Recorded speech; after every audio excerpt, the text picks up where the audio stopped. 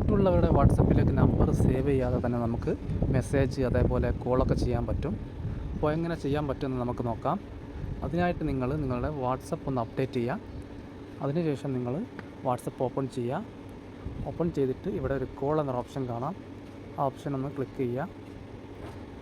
ശേഷം നിങ്ങൾ ഈ മേലെ കാണുന്ന ഈ ഒരു ഗ്രീൻ ബോക്സിൽ കോളിനൊരു ഐക്കൺ കാണാം. അതൊന്ന് ക്ലിക്ക് ചെയ്യുക. ഇവിടെ നിങ്ങൾക്ക് കാണാൻ പറ്റും കോൾ എ നമ്പർ. ആ ഒരു ബട്ടൺ നിങ്ങളൊന്ന് ക്ലിക്ക് ചെയ്യുക. ഇവിടെ വന്നിട്ടുള്ള കീപാഡിൽ നിങ്ങൾക്ക് ഇഷ്ടപ്പെട്ട ഏതാണ് നമ്പർ, ആ നമ്പർ ഇവിടെ അടിച്ചു കൊടുക്കുക. നമ്പർ അടിച്ചു കൊടുത്തതിന് ശേഷം നിങ്ങൾ ആ വ്യക്തിക്ക് കോൾ ചെയ്യണമെങ്കിൽ നിങ്ങൾക്ക് ഇവിടെ കോൾ ബട്ടൺ പ്രസ് ചെയ്താൽ ഇവിടെ കോൾ ചെയ്യാവുന്നതാണ്. അതേപോലെ മെസ്സേജാണ് നിങ്ങൾ ഉദ്ദേശിക്കുന്നതെങ്കിൽ നിങ്ങൾക്കിവിടെ മെസ്സേജും ചെയ്യാം. വീഡിയോ ഇഷ്ടപ്പെടുകയാണെങ്കിൽ നിങ്ങൾ ചാനൽ ഒന്ന് സബ്സ്ക്രൈബ് ചെയ്യുക, ലൈക്ക് ചെയ്യുക, കമൻറ്റ് ചെയ്യുക.